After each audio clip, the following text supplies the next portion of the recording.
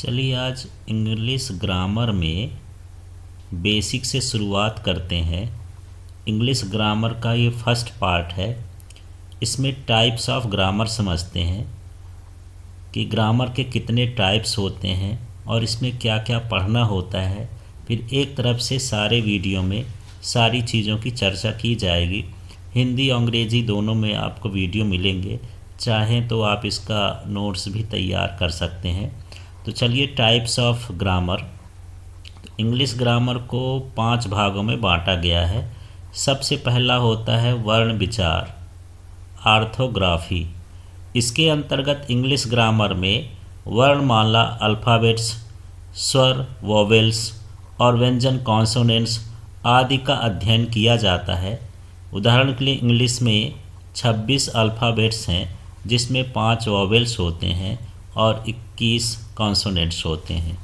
तो इन सभी के बारे में फिर हम अगले वीडियो में सिर्फ इसी के बारे में पढ़ेंगे, वर्ण विचार के बारे में। चलिए अब हम इसका ग्रामर का दूसरा भाग समझते हैं। यह है शब्द विचार, एटिमोलॉजी। इसमें अनेक प्रकार के शब्दों का अध्ययन किया जाता है। इंग्लिश ग्रामर का अध्ययन करते समय शब्दों के अलग अलग रूपों को पार्ट्स ऑफ स्पीच के अंतर्गत बताया गया है, जो कि निम्न प्रकार है। तो इसमें हम शब्दों का, जैसे वर्ण जब मिलते हैं तो जब उनसे एक सार्थक शब्द बनते हैं, उन पर हम चर्चा करते हैं। इसमें तो किस किस तरह के शब्द होते हैं उसको हम इसको पार्ट्स ऑफ स्पीच में पढ़ते हैं। तो एक ऊपर की जानकारी इनको ले लेते हैं, फिर इनका एक डिटेल वाला वीडियो देखेंगे। चलिए इसमें देखते हैं। सबसे पहले नाउन, संज्ञा। किसी वस्तु, व्यक्ति और स्थान आदि के लिए प्रयोग किए गए शब्दों को नाउन कहते हैं। जैसे Delhi, book, Ram, pen, etc। तो ये शब्द हैं और इन शब्दों को हम क्या कहते हैं? नाउन। अब सेकंड होता है प्रोनाउन, सर्वनाम। तो संज्ञा के स्थान पर प्रयुक्त शब्दों को प्रोनाउन कहते हैं। तो इस तरह से हम शब्दों के बारे में ही इसमें चर्चा करते हैं। तो ये शब्द विचार, एटिमोलॉजी कहलाता है। जैसे यहाँ पर she, he, I, you, we, they, it, etc etcetera ऐसे बहुत सारे शब्द होते हैं। इनका अलग अलग वीडियो फिर देखेंगे। तो ये क्या कहलाते हैं? प्रोनाउन। इसके बाद हम बात करते हैं वर्ब। ये शब्द विचार के अंतर्गत ही, शब्द विचार ग्रामर के अंतर्गत ही आता है वर्ब।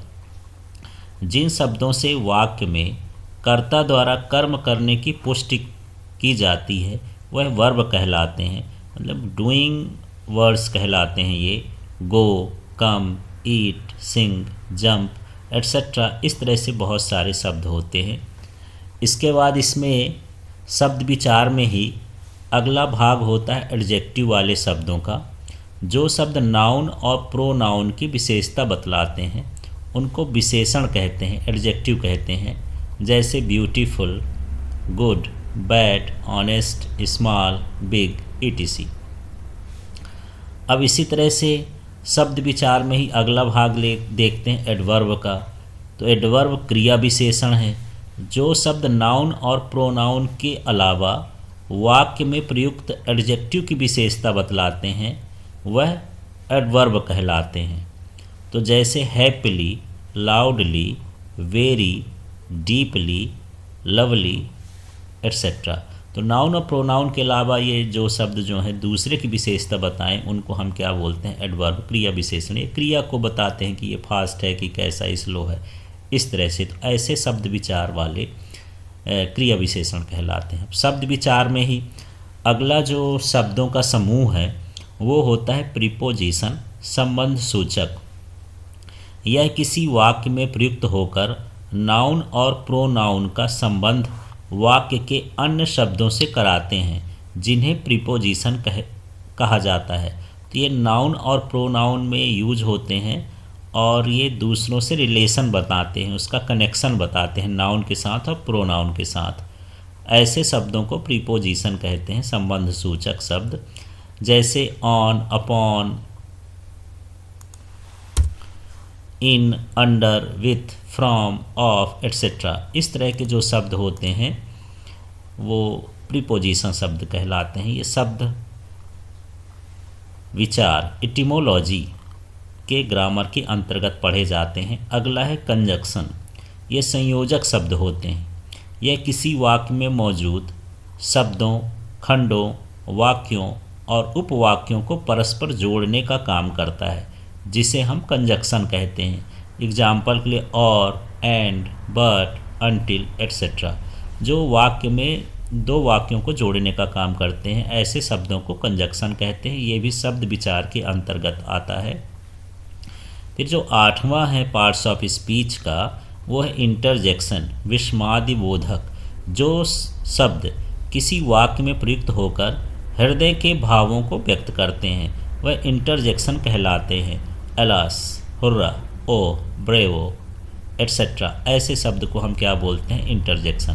तो ये जो पार्ट्स ऑफ स्पीच है, ये हम शब्द विचार के अंतर्गत पढ़ेंगे। अब आगे का जो तीसरा है वो है वाक्य विचार। शब्द जब मिलते हैं तो वाक्य बनता है। शब्दों का समूह ही वाक्य कहलाता है, जो सार्थक होते हैं। चलिए वाक्य विचार, सिंटेक्स, इसके अंतर्गत हमको क्या पढ़ना होता है, इसको समझते हैं। ये ग्रामर का तीसरा भाग है। इसमें शब्दों के प्रयोग से वाक्य की रचना कैसे की जाती है, यह बताया जाता है। साथ ही इंग्लिश में ग्रामर में वाक्यों के प्रकार यानी टाइप्स ऑफ सेंटेंस को भी समझाया जाता है, जो कि निम्न प्रकार के होते हैं। तो वाक्य विचार में हम वाक्य के प्रकारों के बारे में और वाक्य कैसे बनाते हैं इसके बारे में पढ़ते हैं। फिर इसका बनाने का तरीका हम समझेंगे अलग अलग। तो चलिए कुछ वाक्यों को समझते हैं, किस टाइप के वाक्य होते हैं। तो यह अफर्मेटिव सेंटेंस, सकारात्मक वाक्य, यह एक प्रकार से साधारण वाक्य होते हैं। एग्जाम्पल के लिए देखें, राम स्कूल जाता है, राम गोज़ टू स्कूल, इस तरह से। इसके बाद हम दूसरा देखते हैं निगेटिव सेंटेंस, नकारात्मक वाक्य। इस प्रकार के वाक्यों में किसी कार्य को लेकर ना और नहीं का बोध होता है, तो इन्हें हम क्या कहते हैं? Negative sentences. तो जैसे इसमें एग्जाम्पल है, राम स्कूल नहीं जाता है, इसमें अब नहीं आ गया है, तो Ram does not go to school. इस तरह से हम जब वाक्य के बारे में पढ़ेंगे तो हम इसको बोलेंगे सिंटेक्स है, ये वाक्य विचार है ग्रामर का। इसके बाद इसमें देखते हैं अगला थर्ड वाक्य किस तरह का होता है, इंट्रोगेटिव सेंटेंसेस। ये प्रश्नवाचक वाक्य होते हैं। इनमें एक व्यक्ति द्वारा दूसरे व्यक्ति से प्रश्न पूछे जाते हैं। क्या राम स्कूल जाता है? Does Ram go to school? इस तरह के इंट्रोगेटिव सेंटेंस होते हैं प्रश्नवाचक वाक्य। इसके बाद अगला देखते इंपरेटिव सेंटेंस, आदेशात्मक वाक्य। इसमें कर्ता छुपा रहता है और इस प्रकार के वाक्यों में आदेश देने का बोध होता है। अंदर आओ, कम इन, इस तरह से इंपरेटिव सेंटेंस होता है। इसमें कर्ता नहीं है, सीधे हम किसी चीज़ को आदेश के रूप में बोल देते हैं। फिर एक्सक्लेमेटरी सेंटेंस, विस्मयादिबोधक वाक्य। हृदय के भावों को व्यक्त करने के लिए इस प्रकार के वाक्यों का प्रयोग किया जाता है। एग्जाम्पल के लिए, हम जीत गए, होरा वी वन। तो इस तरह से यहाँ पर हृदय के भावों को, खुशी को, दुख को व्यक्त करने के लिए हम एक्सक्लेमेटरी सेंटेंसेस बनाते हैं। फिर 6वें प्रकार का जो सेंटेंस है वो ऑप्टेटिव सेंटेंस है, इच्छा सूचक वाक्य। इस प्रकार के वाक्यों के माध्यम से अपनी इच्छा या ईश्वर से प्रार्थना की जाती है। एग्जाम्पल, तुम्हारी आयु लंबी हो, मे गॉड लिव लॉन्ग। तो इस तरह से हम यहाँ पर वाक्य विचार में वाक्य को बनाने के तरीके और उनके प्रकारों का अध्ययन करेंगे आगे वाले ग्रामर के पोर्शन में। चलिए अब हम चौथे वाला जो ग्रामर का प्रकार है वो होता है चिन्ह विचार, पंक्चुएशन। इसको समझते हैं। इसके अंतर्गत इंग्लिश ग्रामर में किसी वाक्य के दौरान विराम चिन्हों का प्रयोग कैसे किया जाता है, यह विस्तार से बताया जाता है। कुछ विराम चिन्ह इसमें हैं, जैसे उनको समझते हैं। फुल स्टॉप, पूर्ण विराम, किसी वाक्य के अंत में इसका इस्तेमाल किया जाता है, इसको ये डॉट जैसे लिखते हैं। फिर ये देखते हैं इंटरोगेशन, प्रश्नवाचक चिन्ह। ये जो चिन्ह है ये प्रश्नवाचक चिन्ह है और प्रश्नवाचक वाक्य के अंत में इसका प्रयोग किया जाता है। इसके बाद होता है कॉमा, ये चिन्ह होता है कॉमा का, इसको बोलते हैं अल्प विराम। जब किसी वाक्य के 2 खंडों में विभाजित किया जाता है तब इसका इस्तेमाल किया जाता है। इसके बाद हम अगला देखते हैं कॉलन, अपूर्ण विराम, और ये है इसका सिंबल। इस तरह से हम लगाते हैं जब वाक्य में किसी शब्द को अलग दर्शाना होता है, तब इसका प्रयोग किया जाता है। इसके बाद हम पांचवा देखते हैं सेमी कॉलन, ये इसका साइन होता है। अर्धविराम, किसी बड़े वाक्य में छोटे वाक्य को जोड़ने के दौरान इसका प्रयोग किया जाता है। फिर एक्सक्लेमेशन मार्क, विस्मयादिबोधक वाक्य, इसमें ये इसका चिन्ह होता है। इसका प्रयोग एक्सक्लेमेटरी वाक्यों के साथ किया जाता है।